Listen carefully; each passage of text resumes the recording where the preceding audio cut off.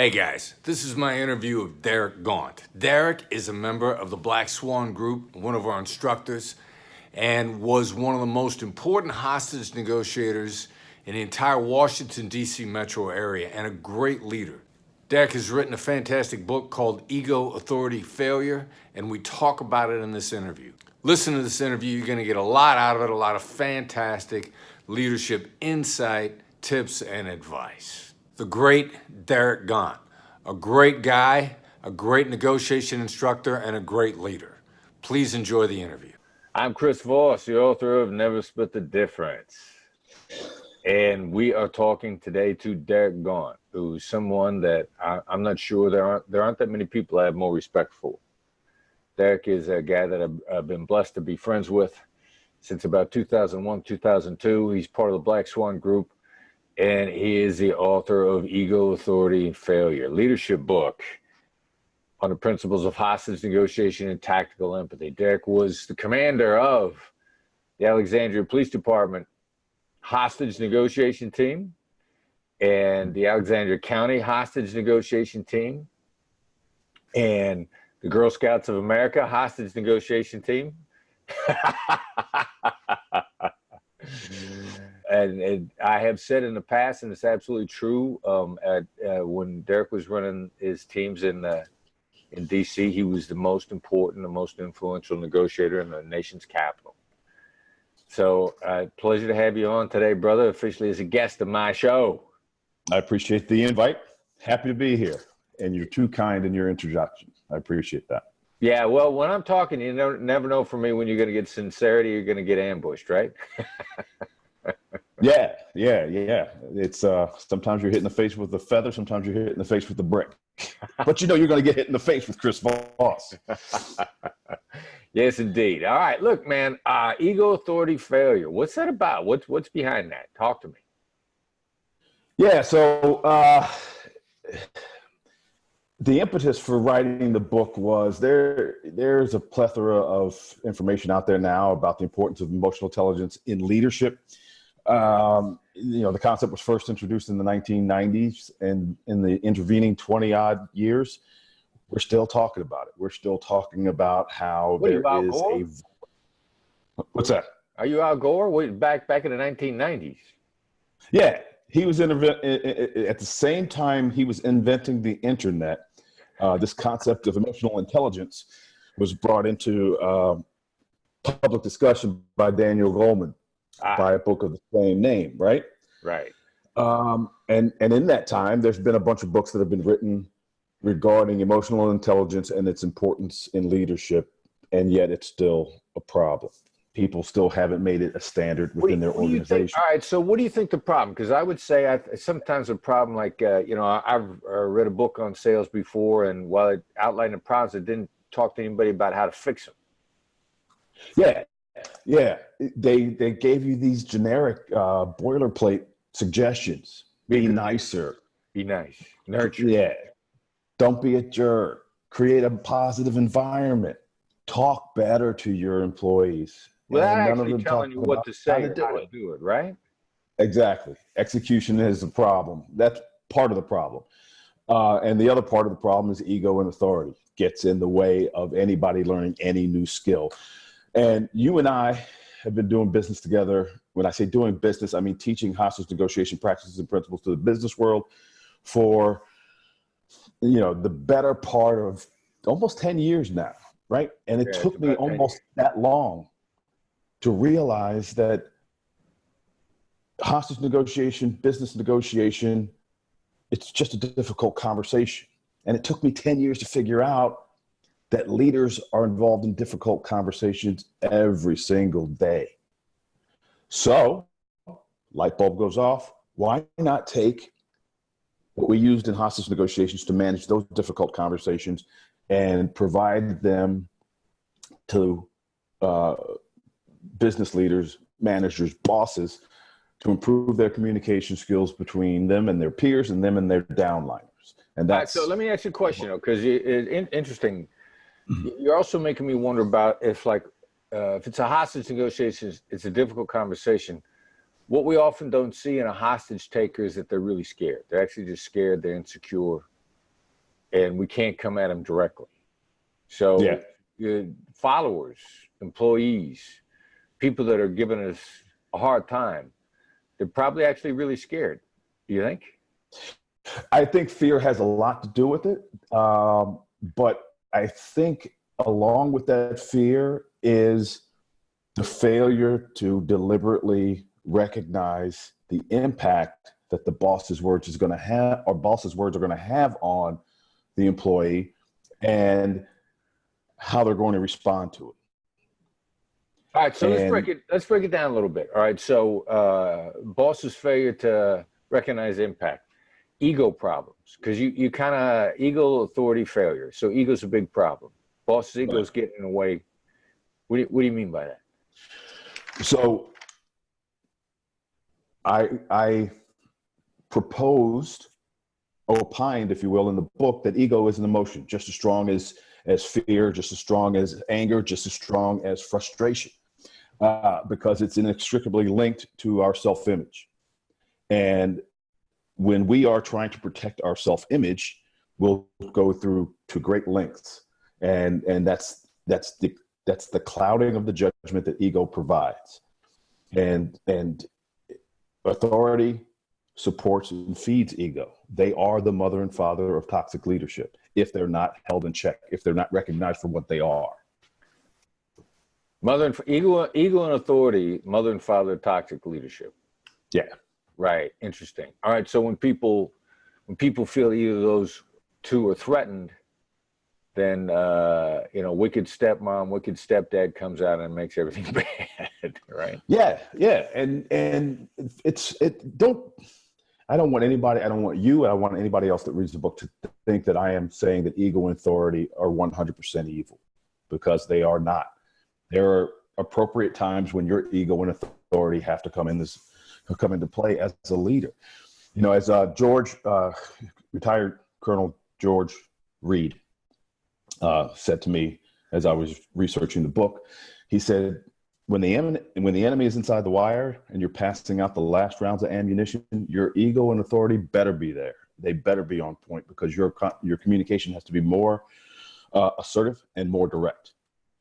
But the problem is, most of the time, the leaders that we're talking about are not in a situation where the enemy is inside the wire. They're always acting like the enemy's inside the wire, and they're not getting ready for that moment, right? Exactly. All right, so you interviewed a whole bunch of interesting people for this book. This isn't Derek Gaunt on my life as a hostage negotiation leader. I mean, you did a bunch of interviews for this. Yeah, I did quite a few. I wanted to involve people from a variety of environments to show that it's not germane just to the military or to law enforcement, but the type of toxic leaders that I was talking about in the book come from a variety of spaces. I was talking to rideshare executives. I was talking to Olympic athletes. I was talking to colonels and lieutenant colonels in the military. I was talking to basketball coaches. I talked to a variety of people to get their take, and every one of them described the same type of leader. So regardless of the space, these people exist, and as long as they exist, guys like me will keep writing books. So who's got the market cornered on toxic leadership? Who's got the market cornered? I think your more action-oriented organizations. They're more likely to be more ego and authority oriented. Yeah, because being action-oriented, they always think time is of the essence, and they're always rushing to resolve an issue and move on to the next issue. And by virtue of how quickly they solve problems, that is what's evaluated before they get elevated to the next level, and it becomes a cycle. And they've met with success. So running roughshod over people doesn't really bother them, because it's what gets them to the next level. But to answer your question, it's law enforcement, the military, firefighters. That's where you're going to find most of them. But That's not to say that the corporate world doesn't have their share, because they do. Right, right. And you talk to people from the corporate world, you talk to a wide variety of genders. Well, how wide is a variety of genders? But a wide variety of ethnicities, right? You know, but Yeah. two, maybe three genders max. You know. Yeah. I talked to one young lady at length in Malaysia, and intuitively, she's just a smart person who understands. Who's that? What's her name? A young lady I worked with or interviewed extensively in Malaysia is Sherry Simpson. She's referred to in the book as Sherry Simpson. And Sherry was interesting because she got it. She intuitively, she understood what it meant to view the world from her downliner's perspective, and to protect them and insulate them from everything that was going on above her. And she encapsulated what it meant to be a hostage negotiator leader. She knew how to execute hostage negotiator leadership, which is the phrase that I coined in the book for this new style of leadership. And hostage she never had to be taught. Negotiator leadership. Hostage, HNL, baby. Hostage negotiator leadership. Very cool. But Sherry was not a hostage negotiator, was she? No, she's been in the marketing side of the tech world for many, many years, both here in the States and in Malaysia. Marketing. Yeah. Marketing and tech, woman, Malaysian. Now, what of those elements of her background contributed to her leadership ability, do you think? Is some of this leadership, would it be, you know, we're talking about a woman looking out for the team. Is that, you know, a female's perspective? How much does that integrate into the role? I think the females that I've talked to for the book and that I've had personal experience with intuit this stuff more so than their male counterparts. And because of that, they're able to dial it up. That's a phrase that Sherry kept using over and over during our interviews. How can I dial this up when I need it? And so she's very cognizant of the fact that she's not on 24 hours a day, but she can dial it up when it needs to be dialed up. That she's quick to recognize when it's appropriate and when it's going to sustain a relationship. And so what's she dialing up? What exactly is she dialing up? Tactical empathy. But then, so demonstrated understanding of the other side's fears. That's right. That's right. Wow. All right. Yeah. Because, I mean, when we talked about tactical empathy in our business negotiations, we talked specifically about a demonstration of understanding of the other side's fears, disagreements, name calling, accusations, name they would call us, which is, you know, their fears and their discomforts. It's all kind of fear-based.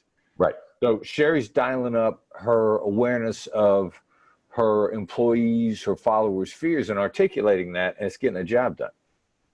Yeah, exactly. As a boss, she recognizes that she's going to have to make tough decisions. She's going to have to impart information that her people are not going to receive very well. And it's all in how she says it. She's cognizant enough of how it's going to impact them that she really deliberates before she shares the message. I mean, this is our formula of empathy and assertiveness. You got to be assertive, but you got to be empathic first, right? Exactly. Empathy first, assertiveness last. And nobody's ever taught her that. This is stuff that she just learned how to do by trying, and she speaks to it very eloquently in the book, by trial and error. That's what she was lamenting about most, was there's no training in tactical empathy or interpersonal communications. Everything is what are your technicalities? What do you bring to the table? What are your operational and technical skills that you bring to the table? And she would actually incorporate empathy discovering questions in her interviews when she was bringing people on board. For example. Yeah. She give you any of those questions? What do you do with your family outside of work? How have you managed conflict on a team that you've been on before? All right.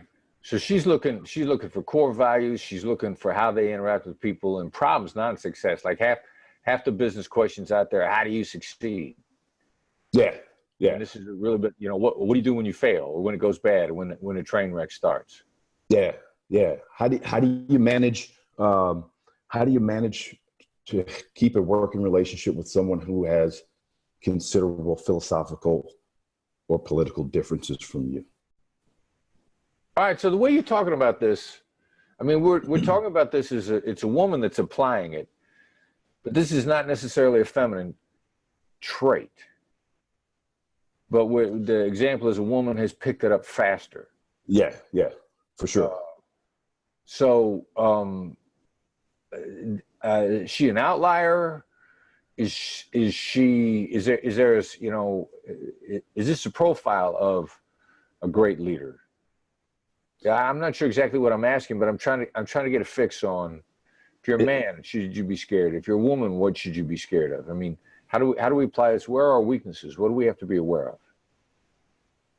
Well, we have to be aware of being so focused on the mission of the organization and our goals and objectives as a leader that we forget the most basic and obvious fact there is, and that is we're still dealing with human beings.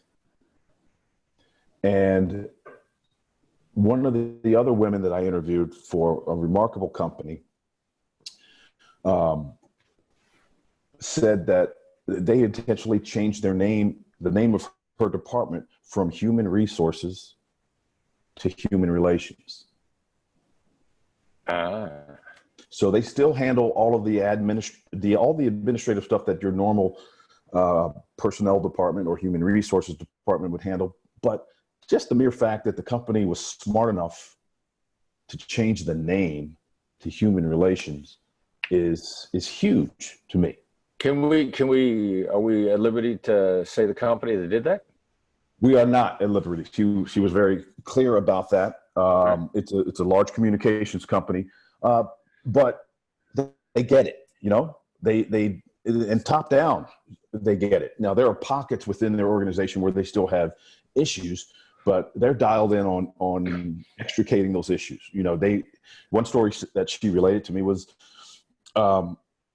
they had to let an executive go because of the environment that he was creating for his people.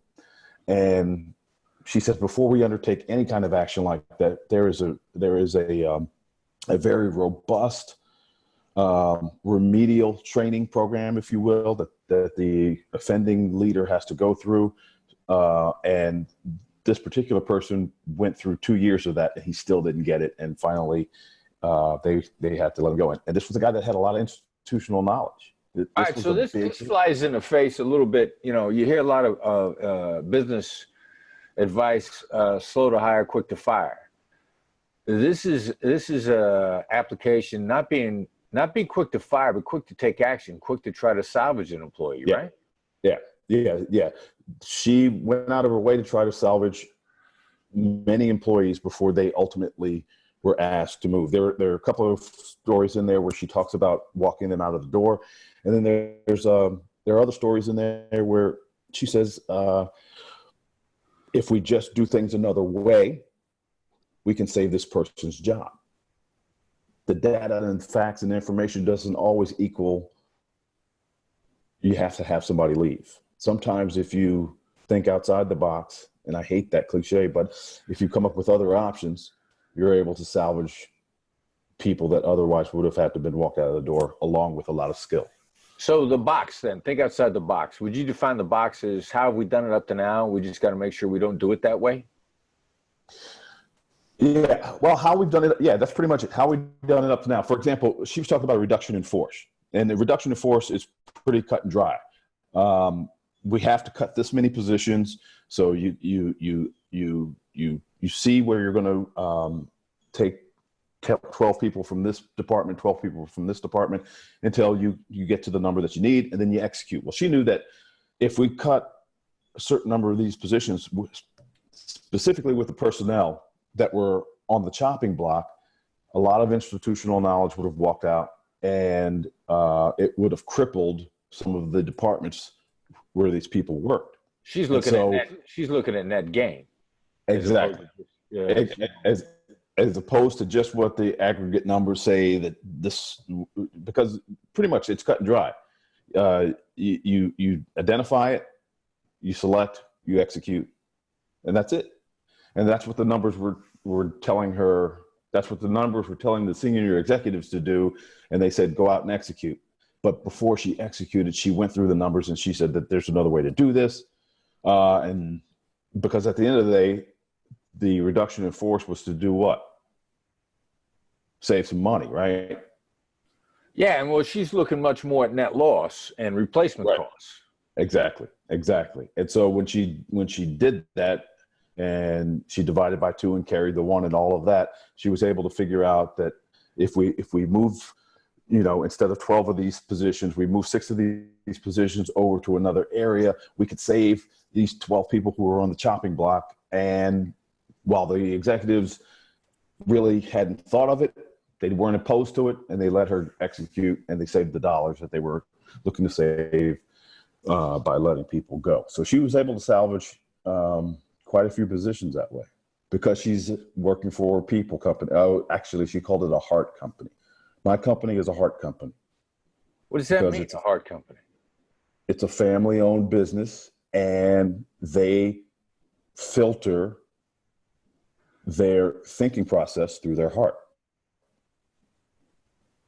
All right, so filter to their heart. I mean, they didn't see employees, they saw them as people whose lives that they felt accountable for, responsible for, because they took them on. Exactly. The founder of the company, one of his last wishes was that they remain a heart company and they take care of each and every employee. That's the goal of the company: take care of each and every employee, not to grow the company by 1,000%. Not to increase their market share, but to take care of their people. And that's been the mantra the entire time of their existence. And that's why they're still as robust as they are. Is that an articulated core value on their part? Do you know? I don't. I got the feeling that it was, but I was remiss. And so I never really asked that question of her. But based on the way she conducts herself, and based on some of the things that the founding family introduced, I would say that it's probably a safe bet. Because let's see, how long the company been in existence? Over 100 years. Wow. Yeah. Very impressive. Yeah. They found a way to live their values one way or the other, didn't they? Yeah. With a family-owned company, you can do things like that. You can do things that other publicly held companies can't or won't.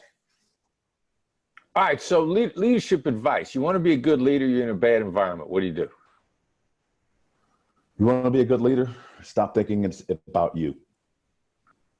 It's not about your aspirations. It's not about your goal and objective. It's about you subordinating yourself to your downliners and to your peers. It's about you interacting with your employees with the same level of deference and thoughtfulness that we used to do with kidnappers and hostage takers. That's the bottom line.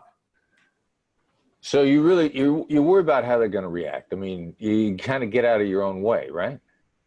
Yeah, you get out of your own way, and you understand that when you go to that person, you tell them that the chief is pulling all take-home cars from all detectives, so you no longer have a company vehicle. And this person, several of these people have had these company vehicles for 10 years. It's 10 years they haven't been paying for gas while they're coming to and from work. And now it's being pulled from them.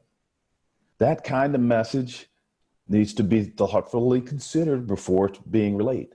And so when you're going to relay that message, you're going to think, what are those negative opinions, assumptions, and impressions that those employees are going to have about me when I come in here to drop this bomb on them? Yeah, so it ain't I'm going through the same thing. I can remember one time when I was with the Bureau just before I left. One of the reasons why I think I was happy I got out when I did.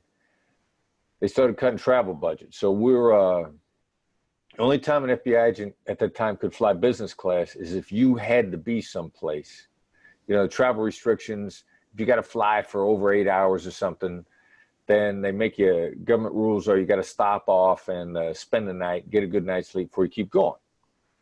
And but if you're working in kidnapping and it's a 20-hour flight, they'd fly you business class so that you could get there faster and sleep on the plane and arrive fresh. And I can remember, to save money, they took that away. And when one of the one of the upper level executives at the Bureau was explaining to me, and he was saying, like, look, even we don't get to fly business class anymore. And he thought that was going to make it okay for me. Yeah. Yeah. And so, and I understand why he said what he said to you, because he didn't know any other way to soften that blow. And so he figures that if you looked at him as somebody with common ground, then it might be an easier pill to swallow. But that common ground, people going like, I share your pain. I'm feeling it a little bit too. That nonsense. Yeah. Pure Nobody cares. nonsense. Nobody cares. The other side doesn't care. I mean, I don't know if you ever heard this joke. There's this really bad serial killer joke. I mean, it is a bad joke, and it's harsh.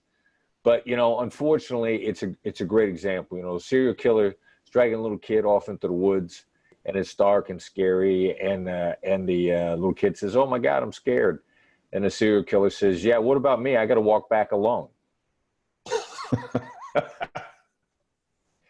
But I mean, as harsh as it is, that's a classic example. What about me? Yeah. I got to go through it too. It's not as bad as you, but it's just it's just really bad. Yeah. It's and again, that goes back to my earlier statement of it's not about you. You want to be better as a leader. Understand that it's not about you. Understand that you're in a unique position. Because you make more money, you make more decisions than the people you were lowering the boom on. I mean, one way or another, you're in a better position than they are, and there's no way that it's affecting you as much as it's affecting them. Plus, they're looking for you to guidance. You're in a power position. There are all these problems there. Yeah, this whole common ground, shared feeling stuff is just nonsense. Yeah, and the common ground is it comes off as disingenuous when you've got that dynamic at play where you've got a superior subordinate relationship, and you hit the nail right on the head. You can't tell me that this is affecting me the same way it's affecting you. You make 20 grand more than I do, so don't try to say that you and I are in the same boat, and that comes off as disingenuous. It comes off as transparent, faulty, and there's a certain lack of sincerity there, and all of those go to damaging trust. And it's not going to be this one instance of you passing a bad message in a bad way to your employees, but it's like the application of our skills in reverse. The cumulative effect of your bad communication with your employees is ultimately going to have you fail. And it is cumulative, right? I mean, people that just keep storing up, no matter how much people try to forget. It accumulates. It's like any other bad habit, right? You get fatter, you get bad nutrition, whatever it might be, right? Yeah, and or even a better analogy is the battered pet. At some point, the pet's going to get tired of you hitting on him. And he's going to turn around, he's going to bare his teeth. Well, it's tantamount to what happens in that superior subordinate relationship. I cited one study in the book, the top 3 factors that people left bosses, and that's what they're doing. They're not leaving jobs, they're leaving bosses. Whereas their management style, condescending attitude, and a mean or bad temper. People don't leave jobs, they leave bosses. That's right. If there's employee turnover, it's the boss's fault. That ain't the job's fault. And as the labor force gets younger and younger, that's going to become more and more the case. These kids today, and when I say kids, I mean anybody younger than me, they're not sticking around anymore for that abusive behavior. They're not. They're just, they're packing up and they're going to work for someone else. So there's hope for the world. I mean, that's a good thing, right? Because that's going to make it a Darwinian process, and the companies that can't retain people, they deserve to go down the tubes. You would think, hopefully ego, authority, failure will stave that off. But the fear that I have is the people that need it most will read it the least. All right, so let's say you want to do better for yourself right now. You're concerned you've been doing bad. What are you telling me? What do you need me to do? How do I become more aware of this? How do I get better right now? I mean, how do I start to reverse this and get, instead of a downward spiral, get an upward spiral? So first, start off with your tone. Everybody that you talk to who's a subordinate knows the dynamic. They know you're the boss. You don't need to let it reflect in your tone. What tone you're using right now? What tone? The tone I'm using right now, the late night FM DJ voice, right? Because and there are going to be times when you're going to be switching in between tones, right? Yeah. When you're talking about the sequencing of delivering your message, right? So when you are beginning to speak with them, you're going to, like you're doing, you've got that half smile on your face. You're going to come across and put them in a more positive frame of mind, take away those negative emotions that they may have. Because I can guarantee you, if you're a boss, Chris, and you send out a calendar invite that we've got a meeting tomorrow afternoon at 3:00, all of us who work for you are going to be like, okay. What's he going to bitch about, right? Something's up, because this is a meeting that he's scheduling within 24 hours. He never does this. There's something going on. Right. And it's a Sunday, and he wants to have this meeting, and it's an all hands meeting. There's something going on. So automatically, I'm going to be amped up for this meeting. I'm going to be, what did I do? What is it that I didn't do? Right. And I guarantee you, everybody else that works for you is thinking the same thing, right? And so we're going to be coming into this meeting with a certain level of anxiety, because there's uncertainty there. And when the situation is uncertain, people are uncomfortable. And when we're uncomfortable, the one thing we want to do is to get comfortable again as soon as possible. All right. So my job as a boss, try to get them comfortable so they could chill out a little bit. Exactly. Because you've got a message that you want to send, and you want them cognitively nimble enough to hear that message. And there's the issue for leaders, right? Because if you're increasing their anxiety, they've lost their ability to be cognitively nimble. Yeah. They've lost their ability to focus. They've lost their ability to process. And as a result, the negatives that they view you through are going to be clouding their ability to think about and absorb what you're saying. Right. All right. So you need them thinking, right? It's important. You got to have them think. So what do I do? Besides tone of voice, I sent out this message. How do I keep them from tossing and turning all night, waiting for the meeting the next day? How do you keep them from tossing and turning, waiting for the meeting the next day? Yeah. So maybe you just don't send the message out at all, or what? Maybe don't send the message. Well, the message should be sent out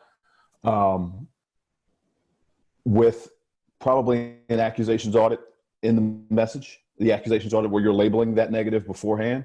I know this is going to sound horrible. I know this is going to catch you guys off guard. It's going to make you a little anxious.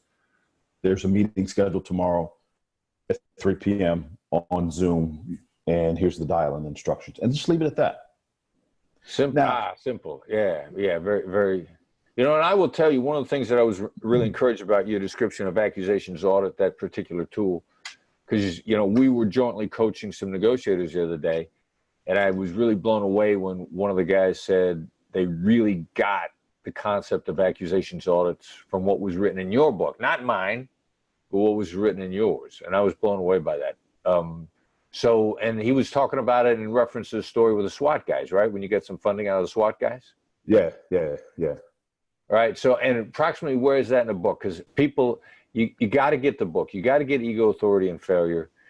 If you don't see yourself as a leader, if you just see yourself as a negotiator, so a lot of the people that we're teaching negotiation to pick up Derek's book because it adds to the depth of their thinking about negotiation and human interaction overall. So again, I just want to emphasize this: whatever if you're studying people at all, I think you need Ego, Authority, and Failure on your bookshelf. If you're a reader, and there are a lot of people out there that are not readers. Maybe you just listen to this podcast, but you need a little bit of this interview.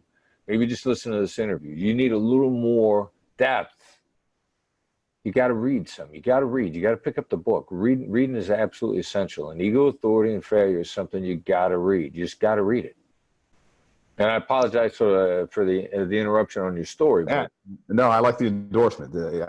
Your endorsement is better than any of my stories. So the SWAT story appears in the latter part of the book. I want to say it's somewhere around chapter 9 or 10. And the story is in 2016. Don't go Al Gore on me here again, right? Back in 2016. Back in 1816. All the ice caps were supposed to melt in 2014. Did you know that? They did. Nobody just told us. Ah, gotcha. Well, Al did.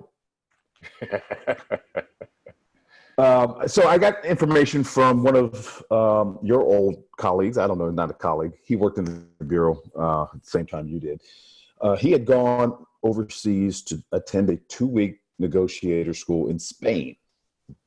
And this part of the SWAT story is this how you grew up in Virginia? No, this is part of the SWAT story. How I grew up in Virginia comes next. All right, I understand background is important, but and why I keep saying Al Gore is he's being interviewed by Jaden Smith at a conference I'm at recently, and Jaden Smith asked him something about how kids are on the millennials on the internet today, and Al Gore said, "Well, when the printing press was first invented," and I remember he was serious. He started with when the printing press was invented to answer Jaden Smith's question. So that's, and plus I'm giving you a hard time, which I promised to do. Yeah, you did. And thank you for equating me to a man who cannot string 2 sentences together without sounding like an oaf. I appreciate it. All right. There are a lot of Al Gore fans out there. You're not talking about Jaden Smith. I know you're talking about Al Gore. All right. So anyway, he's sitting next to a negotiator for the raid, France's equivalent of being an HRT. Research something, and research assistance and intelligence and diversion. Okay, right. Sounds very French. Yeah. So he says, "Great lady, love to get her to the States to share with the U.S. negotiator to the United States to speak to hostage negotiators." Right. And you need to go to the SWAT guys to get the money because you don't have the budget. Well, you're speeding us along the track. Are you on a timeline now? No, man. I'm trying to stay awake. Don't rush brilliance. I'm trying tapestry. Go ahead. It's a vivid picture. So I say to this guy who's a bureau guy, that sounds like a great idea. How are you going to do it? And he goes, okay. Yeah, This story is really you helping out a bureau guy who needs help. All right, I get it. Go ahead. Yeah. So, it's the story of my life, as a matter of fact. I've been carrying your water for years. Man, I tell you what, your back is hurt from carrying me. All right. So to make a long story longer, I asked him how he's going to do it. He goes, if we go through the bureau, there's going to be way too much red tape. You should try to do it on the local level. And I was like, yeah, great.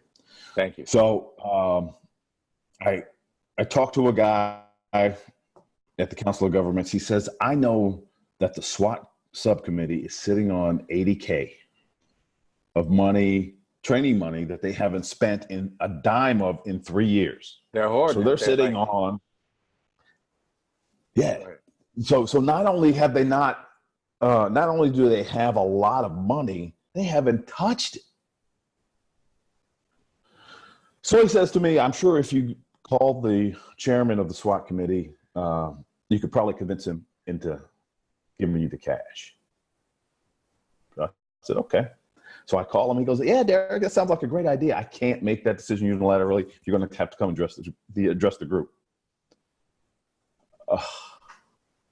You got to bring raw steaks with you when you go address a bunch of SWAT leaders, right?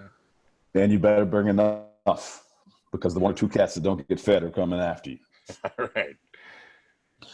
So I prepared for the meeting by thinking about what negatives were going to be present in their minds when I asked them for this money. And that's negatives about the circumstances and negatives about me personally and as a negotiator. And again, I'm sorry for the interruption, but this is what a lot of people miss. And actually, I'm not sorry for the interruption. Maybe this time I am. But what a lot of people miss, or when we talk about accusations, it's not your accusations against them, it's theirs against you. Right. The negative opinions, assumptions, impressions that they're harboring that they haven't spoken yet. The things that they are thinking about you or the circumstances, that if they were in the town square, standing on the steps of City Hall and yelling right, these invectives towards you, what would you want to refute or deny? Right. And as you can imagine, there were several critical ones that were readily apparent because of the dynamics of me asking for the money and who I was asking for the money. You know, the relationship between SWAT operators and negotiators hasn't always been a friendly one. It's gotten better over the years, but you know, you ask a SWAT operator what his opinion of a negotiator is, and he's going to say things like, you know, kumbaya crowd. All they want to do is talk about feelings, mouth marine, you know. Right. And then on the flip side of that, you ask a negotiator what their impression about a SWAT operator is, and they'll say, you know, Velcro wearing, dip chewing, knuckle dragging, door kicking thugs who all they want to do is shoot people and blow things up. Right. And so we've always had that tenuous relationship, but nonetheless, we're professionals and we're able to get the job done. So I go in and I start. Well, first of all, when I hit the door, as I'm walking towards the room, it's a conference room in a government building. And as I'm walking towards the door, I can hear, I mean, it's a group, it's like, 50 SWAT guys. So the din in the room is loud because the meeting hasn't begun yet. And so everybody's laughing and joking, have a good time. And as I hit the door, it was like Eddie Murphy in 48 Hours going into that country bar. Yo, a bunch of rednecks in here. All the talking stopped. All eyes towards me at the door. And the talking starts to begin again very slowly. Where it starts as a whisper. They're leaning and whispering to each other. They're looking at me, smirking, arms folded. You know, I felt very welcome. And so old business, new business, I'm on the agenda. I get up and I lay out these accusations audits. I got hit with a couple of questions that were obviously. What was your accusations audit? What'd you say, though? Yeah, I know you guys don't hold negotiator in the greatest of esteem. I know that you think that I'm probably an interloper. You're probably questioning the audacity of me coming in here and asking for something that I had nothing to do with generating. You think I'm being greedy. You think this is just a money grab. you're thinking that probably you're going to set a precedent that's dangerous. Ooh, yeah, especially that one. And I just let it sit. Yeah, then you shut up. You don't start, but you don't hit the butt, right? You gotta. Yeah. You don't want to. You never want to justify. You just want to throw it out there and let them know that you get it. Right. But instead of saying I get it, you show them that you get it by laying it out. Exactly. And I got some pushback. One of the guys stood up and said that, we normally train to shoot things and blow things up. That's what we spend our training dollars on. We don't, and this is how he put it. It was dripping with sarcasm. We don't pay people, or we don't use our training money to pay for people's way to come here to talk. Like talk is a dirty word. It made it. Yeah. Because I love case studies. I love case studies just like everybody else loves case studies, but we don't spend our money to pay people to come here to talk. We do it on sniper training, explosives training. And so in any event, as I marched down, I heard them out. And the real motivation behind the pushback that they were giving was what I mentioned earlier in the accusations audit. And one of the guys was worried about setting the precedent of giving us money, and then the K-9 subcommittee hearing about it, and then the K-9 subcommittee coming in and asking for money. Hell's good. The world is going to fall apart, Yeah. Now, see, what they didn't know at the time was that my plan B was to go to the chiefs of police subcommittee. I mean, you got a fallback position here. You got a plan B. I mean, your strategy is not dependent upon having a plan B. It's still a sound strategy in and of itself. It was a sound strategy because it was important for me to maintain a relationship with the SWAT guys. I don't want to alienate those guys. Even more important, right? The first move is to make sure you maintain the relationship. Yeah. I could have foregone that plan A and gone directly to plan B and crushed those guys. But what would that have gotten me in the long run? In the long run, it would have hurt you. Yeah. Because so you later I would need them. SWAT guys gave you the money, right? I thank him for their time, and I leave the room. And a couple of days later, he calls me up and says, you put it through unanimous vote. You got the money. Wow. That unanimous vote would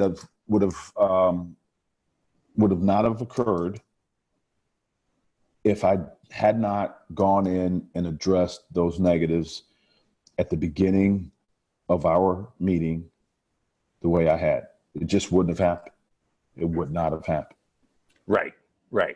And plus long-term success. We're talking about long-term success, long-term relationships. Right. Because at some point I'm going to need those guys in that room. Yeah, you're going to need them again. And they're going to remember what happened last time. That's exactly right. Cumulative, you talked about that earlier. This is cumulative. This is realizing what's cumulative. Exactly. So what does that have to do with leadership? What's that? Yeah, you tell me. Take me out of the circumstances of asking for money and understand that what I was sharing with a group of people, i.e. your team, whoever you work for or whoever works for you within your organization, are the SWAT guys. I'm the boss. I'm imparting bad news on those SWAT guys. News that they're not likely going to want to hear. It's no different than any other difficult discussion or relaying of bad news that leaders do every single day. And in the case with me and the SWAT guys, it was worth 10 grand to get this negotiator from France to the U.S. Plus, well, the bad guys are not, you talked about this earlier. The bad guys are not inside the wire here, right? It's not circumstances where you need authority to lead. As a matter of fact, so swagging a number here, 90% of the time, you better not be relying on authority to lead because the bad guys aren't really inside the wire. And you need to treat people as if they're the SWAT team, and it's their option as to whether or not they comply, right? Yeah, that's exactly right. And I'm glad you brought that up because there are many leaders out there that look at everything they do with a sense of urgency. And in reality, the majority of the decisions that we make do not have to be rushed. Right. Right. We can take our time, and we can be deliberate, and we can be more discerning and dare I say compassionate with our employees 90% of the time. 10% of the time, yeah, you're going to have to make some pretty quick problem-solving decisions, but that's not where we reside most of the time.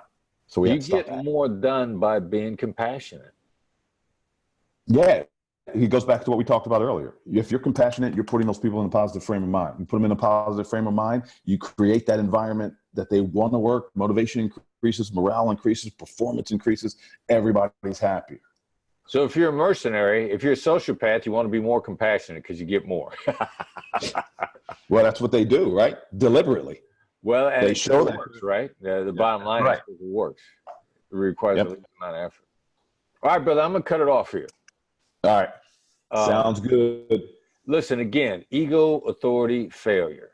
No matter what aspect of human interaction you're studying, whether you're studying negotiation, whether you're studying leadership, some people are studying followership.